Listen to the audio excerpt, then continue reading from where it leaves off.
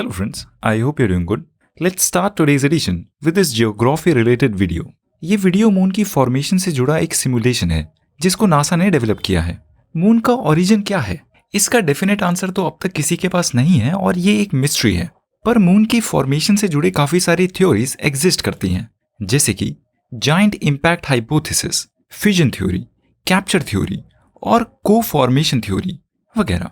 पर ये recently NASA के द्वारा डेवलप किया गया कंप्यूटर सिमुलेशन अब तक का सबसे क्लोज गेस है जो मून के बनने की हिस्ट्री का एक क्लियर आइडिया देता है। इस जायंट इम्पैक्ट हाइपोथेसिस के अकॉर्डिंग मून के बनने में सिर्फ कुछ ही घंटे लगे थे और ये एक सिंगल स्टेप प्रोसेस था, जब एक मार्स जितने साइज के प्लैनेट ने काफी साल पहले अर्थ के साथ कोलाइड किया था, मतलब अर्थ को टक्कर मारी थी, जिस टक्कर से इतनी एनर्जी प्रोड्यूस हुई कि दोनों बॉडीज की स्टेट सॉलिड से लिक्विड स्टेट में बदल गई और फिर उस पिघले हुए मैटर से दो और बड़े ऐसे टुकड़े निकले, जिसमें से कि बड़ा टुकड़ा तो दोबारा से अर्थ से जाकर मिल गया, पर उन दो टुकड़ों में से छोटा टुकड़ा अर्थ की ग्रेविटी की फील्ड से इतना दूर चला गया कि उसने अपना खुद का एक ऑर्बिट बना लिया। इस छोटी बॉडी को ही आज मून के नाम से जाना जाता है। बट ये सिर्फ एक थ्योरी है जिसको लेकर 100% श्योरिटी नहीं है, पर कुछ मेजर एविडेंस है जो इस थ्योरी को स्ट्रांगली सपोर्ट करते हैं, जैसे कि मून की एलिमेंटल कॉम्पोजिशन बिल्कुल अर्थ की एलिमेंटल कॉम्पोजिशन की तरह होना। अब फ्यूचर में इस थ्योरी की और स्क्रूटिनी होगी जब काफी सारे फिलहाल एग्जिस्ट कर रहे मून मिशंस के सैंपल्स को एनालाइज किया जाएगा, जैसे कि अर्थ के चंद्रयान 3 मिशन से या फिर नासा के आर्टेमिस मिशन से। Now let's get started with today's edition. And before we begin, dear friends, अगर इस चैनल से आपकी लाइफ में कोई वैल्यू एडिशन होती है और आप चाहते हैं कि ये चैनल ग्रो करे, तो आप अपनी तरफ से मदद कर सकते हैं इस वीडियो को लाइक करके। So please consider liking this video.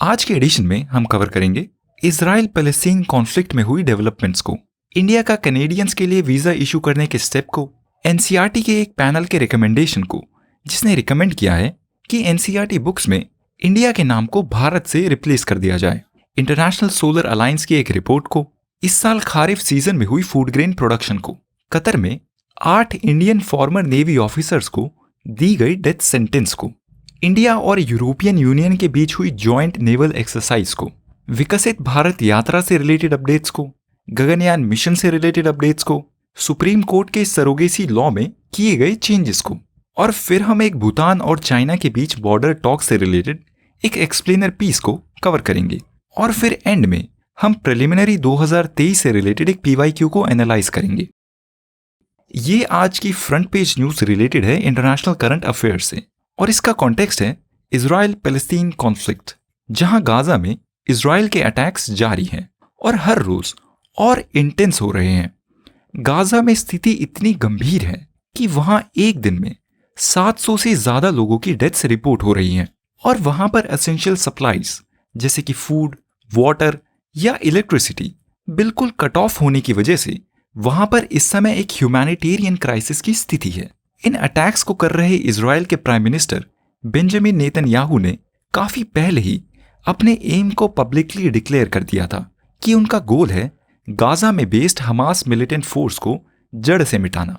पर उनके इस गोल से गाजा की सिविलियन पॉपुलेशन को भी काफी नुकसान हो रहा है, वहां पर बच्चों तक की जान जा रही है। और इसी कलेक्टिव पनिशमेंट के खिलाफ यूनाइटेड नेशंस के सेक्रेटरी जनरल एंटोनियो गैटरेस ने भी एक से ज्यादा बार आवाज उठाई है, और गाजा में सिविलियन पॉपुलेशन की मदद कर रही United Nations agency for Palestinian refugees UNRWA ने भी कहा है कि बिना फ्यूल या इलेक्ट्रिसिटी की सप्लाई के अब वो ज्यादा समय तक अपना काम वहां नहीं कर पाएंगे। ये नेक्स्ट न्यूज एक माइनर इवेंट है और है इंटरनेशनल करंट अफेयर से। इसका कॉन्टेक्स्ट है इंडिया कनाडा रिलेशनशिप, जिसके recent events I am assuming कि आपको पता होंगे। And to briefly recap, Canadian prime minister Justin Trudeau ने अपने हाउस ऑफ कॉमन्स में लास्ट सितंबर में एक स्पीच दी थी जिसमें उन्होंने इंडियन गवर्नमेंट पर एलिगेशंस लगाए थे कि इंडियन गवर्नमेंट ने कनेडियन सॉइल पर उनके एक सिटीजन को असैसिनेट किया है। इंडियन गवर्नमेंट ने अपनी तरफ से इन चार्जेस को डिनाई किया है और इस एलिगेशन के बाद एक सीरीज ऑफ इवेंट्स शुरू हो गए थे जब दोनों कंट्रीज ने एक दूसरे के डिप्लोमैट्स को उनकी कंट्री से एक्सपेल करना शुरू कर दिया था और वीजा की सर्विसेज को भी पॉज कर दिया था। और इस समय ये कहा जा सकता है कि इंडिया कनाडा का रिलेशनशिप एक काफी लो पॉइंट पर है।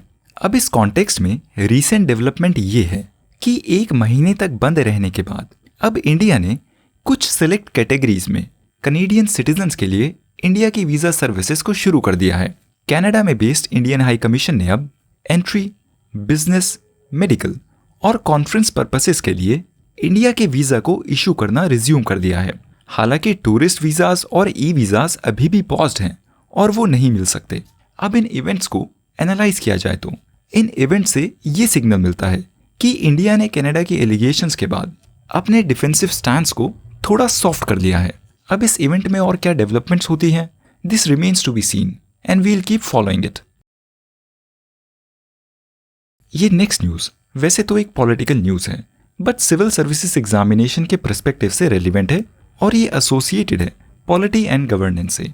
इस न्यूज का कॉन्टेक्स्ट है एनसीईआरटी की एक हाई लेवल कमिटी और उसका रिकमेंडेशन जिसमें एनसीईआरटी की टेक्स्ट बुक्स में इंडिया के नाम को चेंज करके भारत कर दिए जाने को रिकमेंड किया गया है। हालांकि ये केवल एक रिकमेंडेशन है जिसको अभी अप्रूव नहीं किया गया है।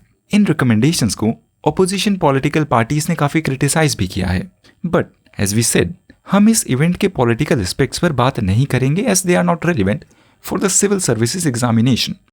फ्रेंड्स, इंडिया को भारत से रेफर करने का एक ऐसा ही episode last month G20 summit के दौरान भी हुआ था जब प्रेसिडेंशियल डिनर के लिए दिए गए इन्विटेशंस पर इंडिया को भारत नाम से रेफर किया गया था और G20 समिट के दौरान भी प्राइम मिनिस्टर की नेम प्लेट पर इंडिया को भारत नाम से रेफर किया गया था।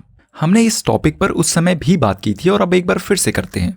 इस इवेंट को कॉन्स्टिट्यूशनल एस्पेक्ट से देखा जाए तो लीगल एक्सपर्ट्स का कहना है बट इस नॉलेज के लिए किसी एक्सपर्टीज की जरूरत नहीं है and you yourself can find it in your polity and governance book कि इंडिया और भारत दोनों ही नाम इंटरचेंजेबल है। मतलब इंडिया को भारत की जगह और भारत को इंडिया की जगह यूज किया जा सकता है। कॉन्स्टिट्यूशन के आर्टिकल 1 के पार्ट 1 में मेंशन्ड है India that is Bharat shall be a union of states. मतलब इंडिया और भारत दोनों एक दूसरे के सिनोनिम्स हैं। ये नेक्स्ट न्यूज है मल्टीलेटरल ग्रुपिंग से रिलेटेड और इसका कॉन्टेक्स्ट है इंटरनेशनल सोलर अलायंस जो कि एक 116 मेंबर कंट्रीज का ग्रुप है। इस ग्रुपिंग के प्लान्स हैं एक ग्लोबल स्टॉक टेक रिपोर्ट को रिलीज करने के, जिस रिपोर्ट में सभी मेंबर कंट्रीज के सोलर एनर्जी अडॉप्शन में किए गए प्रोग्रेस को असेस किया जाएगा। मतलब इंटरनेशनल सोलर अलायंस अगले महीने एक ग्लोबल स्टॉक टेक रिपोर्ट को रिलीज करेगी जिसमें ये एनालाइज और प्रेजेंट किया जाएगा कि इंटरनेशनल सोलर अलायंस की मेंबर कंट्रीज के एनर्जी प्रोडक्शन में सोलर एनर्जी का कितना शेयर बढ़ा है। अब इस टॉपिक पर और बात करने से पहले हम बात करते हैं इंटरनेशनल सोलर अलायंस की। ISA एक अलायंस है, मतलब एक गठबंधन है जिसको इंडिया ने 2015 में लॉन्च किया था और ये इंडिया की एक मेजर अचीवमेंट है ग्लोबल लेवल पर एक ऐसे इंस्टीट्यूशन को एस्टैब्लिश करने की। अब आप मुझे बताइए कि ऐसा कौन सा एक और मेजर इंस्टीट्यूशन है जिसको भी इंडिया ने ही फाउंड किया है। Coming back to this topic, ये अलायंस अपनी मेंबर कंट्रीज के सोलर एनर्जी के इस्तेमाल को बढ़ाने के लिए जो ज़रूरतें हैं जैसे कि रिसर्च, टेक्नोलॉजी ट्रांसफर, कॉपरेशन वगैरह, उस पर मिलकर काम करती है। इस अलायंस के most members Tropic of Cancer और ट्रॉपिक ऑफ कैप्रिकॉर्न के बीच लोकेटेड है क्योंकि ये रीजन सनशाइन रिच है और मोस्ट सूटेड है सोलर एनर्जी को हार्नेस करने के लिए। Coming back to the news, इस न्यूज में ये फैक्ट भी दिए गए हैं कि विश्व भर की सोलर एनर्जी इंस्टॉलेशंस 2022 में 1133 गीगावाट तक पहुंच गई है और चाइना इस समय सोलर एनर्जी में वर्ल्ड लीडर है।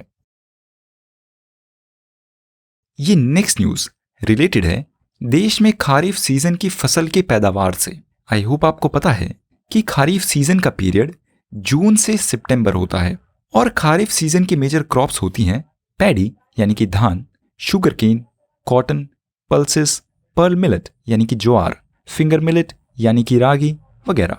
तो क्योंकि अब खरीफ सीजन खत्म हो गया है और क्रॉप्स की हार्वेस्टिंग शुरू है, नाउ आई होप इस खरीफ सीजन की हार्वेस्टिंग से आप एयर पॉल्यूशन के डॉट्स को कनेक्ट कर पाएंगे, क्योंकि इसी हार्वेस्टिंग के दौरान पैडी ग्रोइंग रीजन्स में स्टबल बर्निंग भी होती है। Now coming back to this news, ये न्यूज़ है इस ही हार्वेस्ट के कॉन्टेक्स्ट में। तो इस न्यूज़ में बात की गई है कि इस खरीफ सीजन में पल्सेस, कुछ कोर्स सीरियल्स और ग्राउंडनट्स की पैदावार पिछले 3 सालों की तुलना में सबसे कम होने की संभावना है। इस साल मॉनसून 6% डेफिसिट में भी था। आई होप आपको ये बात अब तक as a matter of fact पता है। अब इस साउथ ईस्ट मॉनसून में हुए डेफिसिट के चलते फसल की पैदावार में कमी एक्सपेक्टेड है। एक्सपेक्ट किया जा रहा है कि इस खरीफ सीजन का फूड ग्रेन प्रोडक्शन पिछले साल के कंपैरिजन में 1.5% से लेकर 4% तक कम हो सकता है। इकोनॉमिस्ट इस एक्सपेक्टेड उत्पादन की कमी से अंदाजा लगा रहे हैं कि इससे रिटेल इन्फ्लेशन देश में बढ़ सकता है। अब आउटपुट में कितनी कमी होती है और उसे रिटेल इन्फ्लेशन पर क्या इम्पैक्ट होगा, ये हमें पता चलेगा जब इस पीरियड के इकोनॉमिक इंडिकेटर्स रिलीज होंगे। And as a side note, वो कौन सा इंडिकेटर है जिससे देश में रिटेल इन्फ्लेशन का पता चलता है? This I am assuming you all know by now. ये नेक्स्ट न्यूज आज के न्यूज़पेपर की फ्रंट पेज न्यूज है और है foreign policy and international relationship से। इसका कॉन्टेक्स्ट है कतर कंट्री में 8 इंडियन फॉर्मर नेवी ऑफिशियल्स को दी गई डेथ पेनल्टी और मिनिस्ट्री ऑफ एक्सटर्नल अफेयर्स का इस इवेंट को लेकर एक्शन। इस न्यूज इवेंट की बात करें तो दोहा, जो कतर का कैपिटल है, उसके एक लोकल कोर्ट ने 8 इंडियन फॉर्मर नेवी ऑफिसर्स को डेथ सेंटेंस दी है। इन 8 फॉर्मर नेवी ऑफिशियल्स पर एस्पियोनाज मतलब जासूसी के चार्जेस लगाए गए हैं। इन लोगों पर चार्जेस हैं कि ये ऑफिसर्स कतर के सेंसिटिव सीक्रेट्स को लीक कर रहे थे।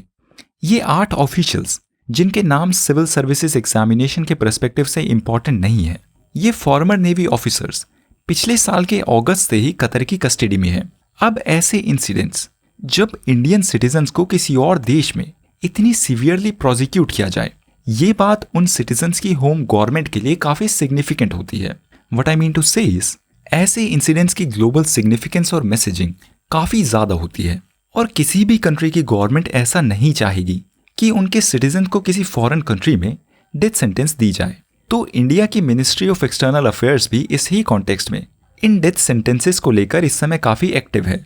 वो इस केस की डेवलपमेंट हिस्ट्री को क्लोजली फॉलो कर रही है और उन सस्पेक्ट्स को लीगल असिस्टेंस भी प्रोवाइड कर रही है। अब ये एक इवॉल्विंग इवेंट है और इस इवेंट को हम फॉलो करते रहेंगे। अब इस इवेंट से रिलेटेड एक क्वेश्चन जो है आपकी रिकॉल एबिलिटी और डॉट्स को कनेक्ट करने की एबिलिटी को टेस्ट करने के लिए।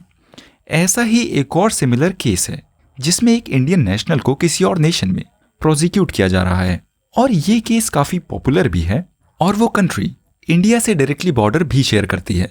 आप उस व्यक्ति का नाम बताइए। ये नेक्स्ट न्यूज है मिनिस्ट्री ऑफ डिफेंस से और इसका कॉन्टेक्स्ट है इंडियन नेवी और यूरोपियन यूनियन की 3 कंट्रीज के बीच गल्फ ऑफ गिनी में कंडक्ट की गई एक नेवल एक्सरसाइज। इंडिया ऐसी काफी मल्टीलेटरल और बायलेटरल डिफेंस एक्सरसाइजेस में पार्टिसिपेट करता है, जैसे कि Malabar exercise, TROPEX exercise, exercise RIMPAC वगैरह। इस एक्सरसाइज की बात करें तो जो कि एक नेवल एक्सरसाइज है, मतलब जो हुई है इंडिया और यूरोपियन यूनियन की नेवीज के बीच। इस एक्सरसाइज में इंडिया से INS सुमेधा ने पार्टिसिपेट किया है और यूरोपियन यूनियन से इटली, फ्रांस और स्पेन की नेवी शिप्स ने पार्टिसिपेट किया है। ये कंडक्ट हुई naval exercise in participating Nations के बीच हुई पहली ऐसी एक्सरसाइज है। और अब ब्रीफली गल्फ ऑफ गिनी की बात करते हैं जहां पर ये एक्सरसाइज हुई है। गल्फ ऑफ गिनी अफ्रीका के वेस्ट कोस्ट में लोकेटेड है और ये बॉर्डर करता है Nigeria, Ghana, Cameroon, Equatorial Guinea और गबोन से। ये रीजन अफ्रीका में one of the major oil producer है और यहाँ पर रिच ऑफशोर ऑयल रिजर्व्स हैं। इस रीजन में पायरेसी के भी काफी इंसिडेंट्स होते हैं। अब इस इवेंट से रिलेटेड आज के एडिशन का नेक्स्ट क्वेश्चन, इंडिया की 5 ऐसी कोई भी मल्टीलेटरल डिफेंस एक्सरसाइजेस के नाम बताइए। ये नेक्स्ट न्यूज एक मेजरली पॉलिटिकल न्यूज है पर सिविल सर्विसेज एग्जामिनेशन के पर्सपेक्टिव से पॉलिटी एंड गवर्नेंस के लिए रेलिवेंट है। इसका कॉन्टेक्स्ट है गवर्नमेंट का रिसेंटली दिया गया ऑर्डर जिसमें उन्होंने गवर्नमेंट डिपार्टमेंट के ऑफिशियल्स को बोला है कि वो गवर्नमेंट के पिछले 9 साल के अचीवमेंट्स को शोकेस करें और एक रैली में पार्टिसिपेट करें। गवर्नमेंट के इस स्टेप को जस्टिफाइबली काफी क्रिटिसाइज भी किया जा रहा है क्योंकि ये कॉन्स्टिट्यूशन में envisaged principle of separation of power को वायलेट करता है और ब्यूरोक्रेसी को पॉलिटिसाइज करता है। इस इवेंट से रिलेटेड एक एडिटोरियल को हमने अपने लास्ट एडिशन में कवर भी किया था, अगर आपने उसको नहीं देखा तो देख लें। अब इस इवेंट में लेटेस्ट डेवलपमेंट ये है कि गवर्नमेंट ने क्लैरिफाई किया है कि इस रैली में पार्टिसिपेट कर रहे गवर्नमेंट ऑफिशियल्स को रथ प्रभारी नहीं पर नोडल ऑफिसर्स बोला जाएगा। इस यात्रा की शुरुआत 15 नवंबर से ट्राइबल रीजन से होगी और इस यात्रा को उन 5 स्टेट्स में नहीं किया जाएगा जहां पर नवंबर में इलेक्शंस है। वहां ये यात्रा क्यों नहीं होगी, इसका आंसर आई होप आपको पता है, क्योंकि इलेक्शन कमीशन ऑफ इंडिया के इलेक्शन शेड्यूल अनाउंसमेंट के बाद वहां पर मॉडल कोड ऑफ कंडक्ट लागू है। अब इस इवेंट में और क्या डेवलपमेंट्स होती हैं हम उसको फॉलो करते रहेंगे। अब एज अ साइड नोट, ये event civil services mains examination में एथिक्स के आंसर राइटिंग में यूज किए जा सकने वाला एक काफी अच्छा एग्जाम्पल है। पर आप सोचेंगे कि क्या आप अपने आंसर में ऐसी बातें लिख सकते हैं जो प्रेजेंट डे गवर्नमेंट को क्रिटिसाइज कर रही हूं। ये एक नुआंस्ड सब्जेक्ट है जो कि पूरी एक डेडिकेटेड वीडियो डिजर्व करता है।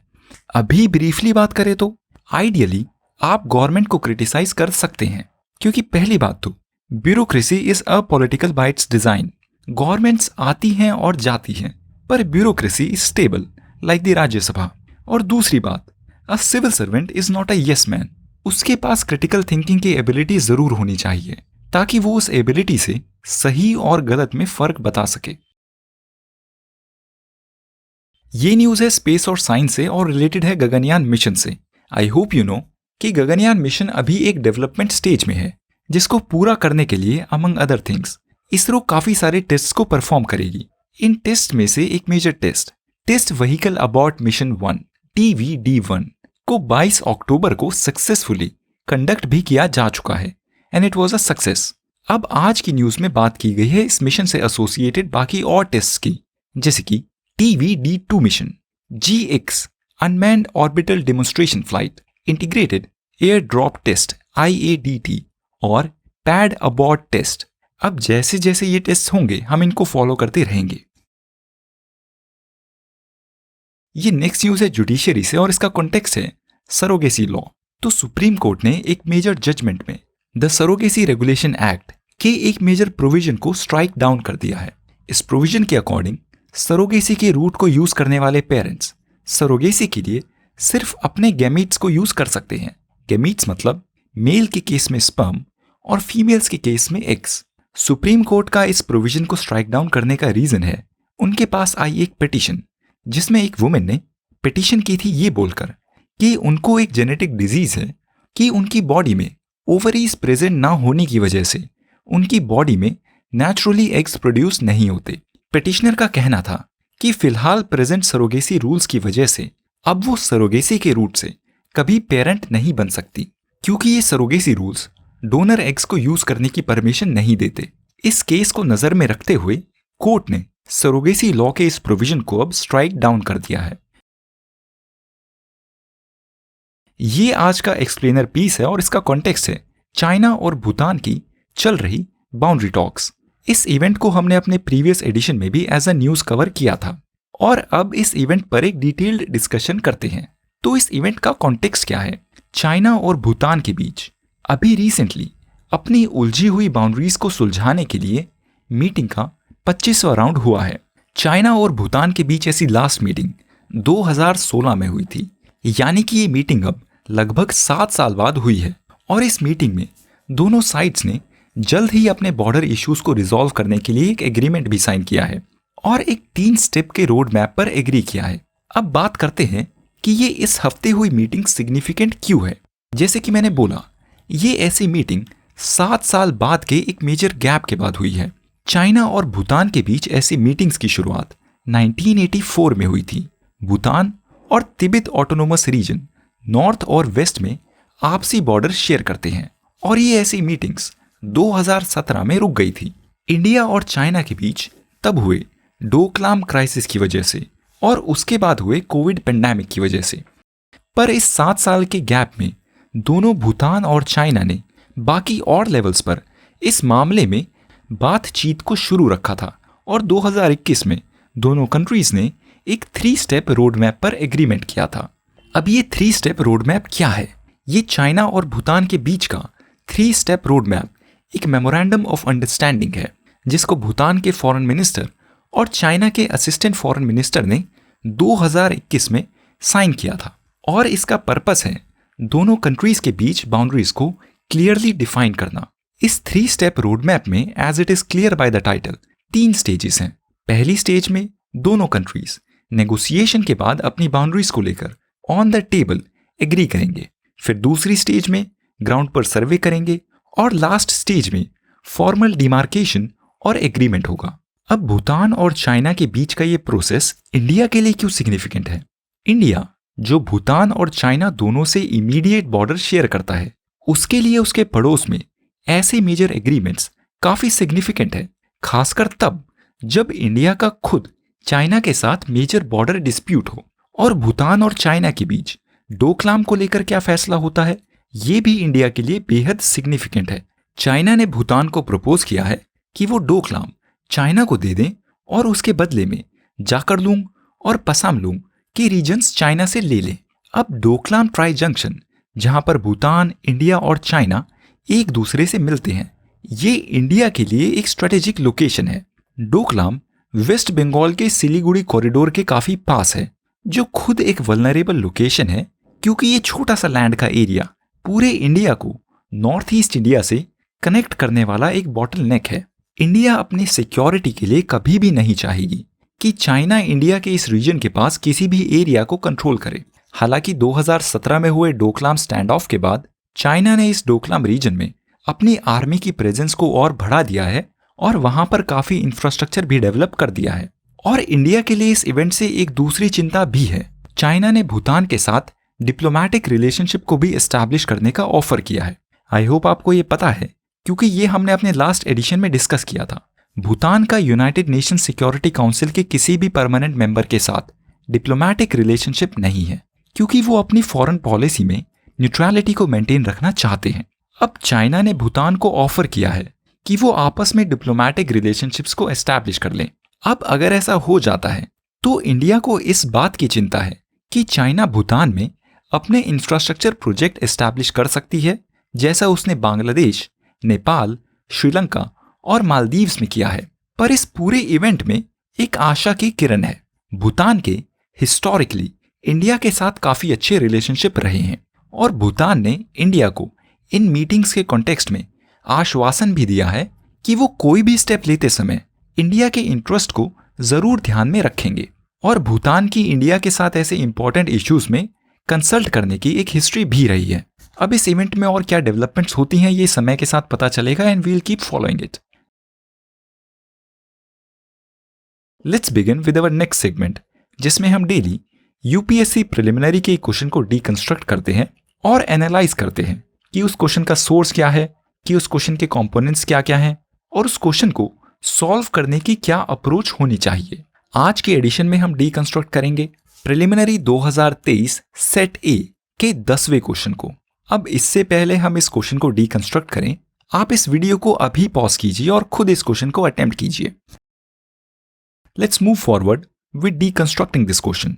इस क्वेश्चन में 3 स्टेटमेंट्स दी गई हैं और उनमें गोल्डन क्वाड्रिलेटरल प्रोजेक्ट से नॉलेज को टेस्ट किया गया है, India Myanmar Thailand trilateral highway से रिलेटेड नॉलेज को टेस्ट किया गया है और Bangladesh China India Myanmar economic corridor BCIM से रिलेटेड नॉलेज को भी टेस्ट किया गया है।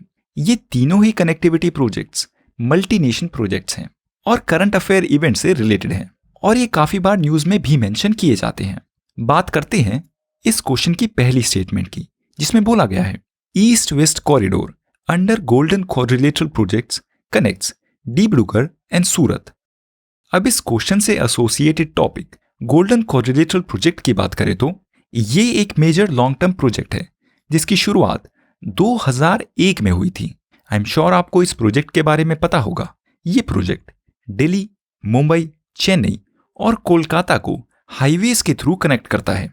अब इस प्रोजेक्ट के एक कंपोनेंट ईस्ट वेस्ट कॉरिडोर से रिलेटेड नॉलेज को इस क्वेश्चन में टेस्ट किया गया है। ये east west corridor national highways development project NHDP के सेकेंड फेज का पार्ट है और ये वेस्ट में गुजरात के पोरबंदर और ईस्ट में आसाम के सिलचर को कनेक्ट करता है, जिस नॉलेज से हम फर्स्ट स्टेटमेंट को कंक्लूसिवली आंसर कर सकते हैं कि ये स्टेटमेंट गलत है। ये ईस्ट वेस्ट कॉरिडोर ईस्ट में पोरबंदर को कनेक्ट करता है, ना कि सूरत को, जो कि स्टेटमेंट में मेंशन्ड है, और वेस्ट में असम के सिलचर को कनेक्ट करता है। अब बात करते हैं इस क्वेश्चन के सेकंड स्टेटमेंट की, जिसमें बोला गया है trilateral highway connects more in Manipur and Chiang Mai in Thailand via Myanmar. इस स्टेटमेंट में बात की गई है India Myanmar Thailand trilateral highway की। अब इस कनेक्टिविटी प्रोजेक्ट की बात करें तो ये भी एक मेजर अंडर कंस्ट्रक्शन प्रोजेक्ट है जो 3 कंट्रीज को कनेक्ट करता है, इंडिया, म्यांमार और थाईलैंड। ये इंडिया के मणिपुर में मोरे को थाईलैंड के माई सॉट से कनेक्ट करता है म्यांमार से होते हुए। ये एक मेजर रीजनल कनेक्टिविटी प्रोजेक्ट है जो काफी बार न्यूज में भी मेंशन होता है। एक्सपेक्टेड है कि आपको इस प्रोजेक्ट की बेसिक डिटेल्स पता होनी चाहिए। इस स्टेटमेंट में बोला गया है कि ये प्रोजेक्ट मणिपुर में मोरे को थाईलैंड के चियांग माई से कनेक्ट करता है, जो कि गलत स्टेटमेंट है। ये प्रोजेक्ट थाईलैंड के माई सॉट को कनेक्ट करता है। This statement is false. अब इस क्वेश्चन के तीसरे ऑप्शन की बात करते हैं, जिसमें बोला गया है Bangladesh China India Myanmar economic corridor connects Varanasi in Uttar Pradesh with Kunming in China. अब Bangladesh China India Myanmar economic corridor की बात करें तो ये चाइना के द्वारा प्रपोज किया गया एक कॉरिडोर है जो चाइना के बेल्ट एंड रोड इनिशिएटिव का पार्ट है। इस प्रोजेक्ट को इंडिया ने शुरुआत से ही बॉयकॉट किया है। इस प्रपोज्ड प्रोजेक्ट में इंडिया के कोलकाता से कनेक्शन को प्रपोज किया गया था, ना कि वाराणसी से। ये स्टेटमेंट भी गलत है। तो हम कंक्लूड कर सकते हैं पहली, दूसरी, तीसरी तीनों स्टेटमेंट गलत है। The answer is D. That's all for today, friends. See you in the next edition on Sunday. Have a good day. Bye.